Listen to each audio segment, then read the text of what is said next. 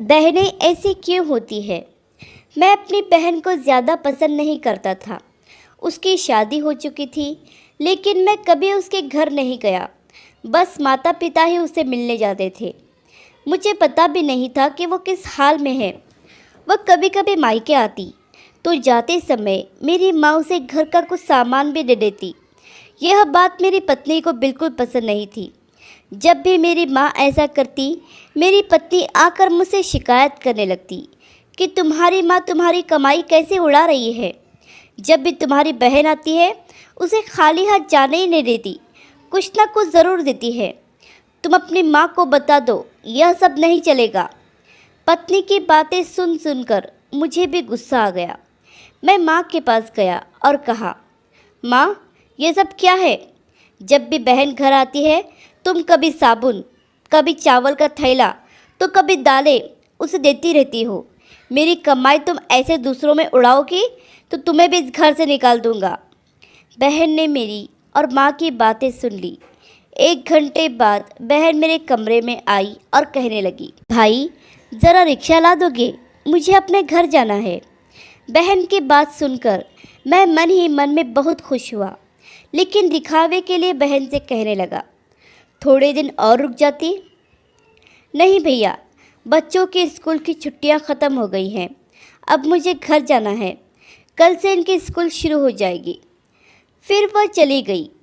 पिताजी के मरने के बाद जब घर का बंटवारा हुआ, तो हम दोनों भाइयों ने आपस में ही बंटवारा कर लिया, लेकिन उसमें से भी बहन को कुछ नहीं दिया। वह फिर भी खामोश रही, हमसे कोई शिकायत नहीं की। लेकिन हमारी माँ बहुत रोई और कहने लगी, बहन को भी कुछ दे दो। लेकिन हमने माँ की एक ना सुनी और माँ को डरा धमका कर चुप कर दिया। अब बेचारी विधवा औरत, अगर हम उसे घर से निकालते तो वो कहाँ जाती, इसलिए चुप हो गई। भाई साहब ने अपना हिस्सा बेचकर शहर जाकर नया काम शुरू कर दिया और वहीं रहने लगे। हमने अपनी बहन के साथ जैसा व्यवहार किया था, उसकी सज़ा तो हमें मिलनी ही थी। भाई साहब का कारोबार बर्बाद हो गया और वह मजदूरी करके अपना पेट पालने लगे। मेरे बड़े बेटे को भी टीबी हो गया। उसके इलाज में लाखों रुपये खर्च हो गए। जो भी मेरे पास था, सब कुछ ख़त्म हो गया और मुझे कर्ज लेना पड़ा। हाल इतना बुरा हो गया कि खाने के लिए भी पैसे नहीं थे। घर में कुछ राशन भी नहीं था। मैं अपने कमरे में अकेला बैठा सोच में गुम था कि मेरी बहन घर आ गई। उसे देखते ही मेरी पत्नी ने कहा, आ गई मनहूस। बहन को देखकर मैं भी गुस्सा हो गया, लेकिन अपने गुस्से को दबा लिया। वह मेरे बच्चे के पास गई, उसे देखा और फिर मेरे पास आकर बैठ गई। मेरे भाई, क्या तुम परेशान हो? यह कहते हुए उसने मेरे सर पर हाथ फेरा। बड़ी बहन हो तुम्हारी, तुम मेरी गोद में खेले हो। अब देखो, अपनी बहन से भी बड़े हो गए हो कि अपनी बहन को कुछ नहीं बताते, अपना दुख भी नहीं बांटते। यह कहते हुए उसने अपने सोने के कंगन निकाले और मेरे हाथ में रख दिए।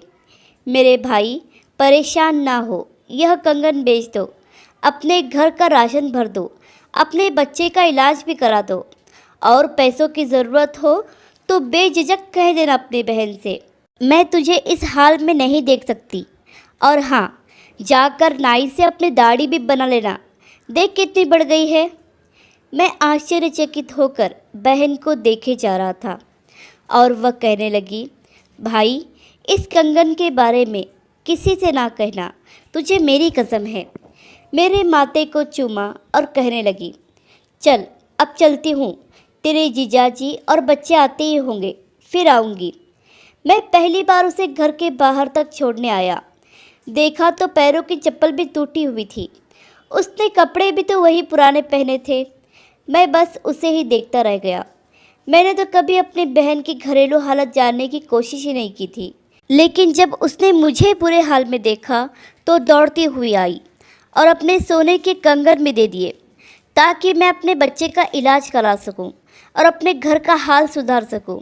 मैं सोचने लगा और मेरी आंखों से आंसू निकलने लगे कि हम भाई भी कितने मतलबी होते हैं, अपनी बहनों को पल भर में ही बेगाना कर देते हैं। और बहनें अपने भाइयों का ज़रा सा दुख भी बर्दाश्त नहीं कर पाती। मैं उसके कंगन अपने हाथों में पकड़कर ज़ोर ज़ोर से रोने लगा। दोस्तों, आपकी बहन अपने ससुराल में न जाने कितने दुख सह रही होगी।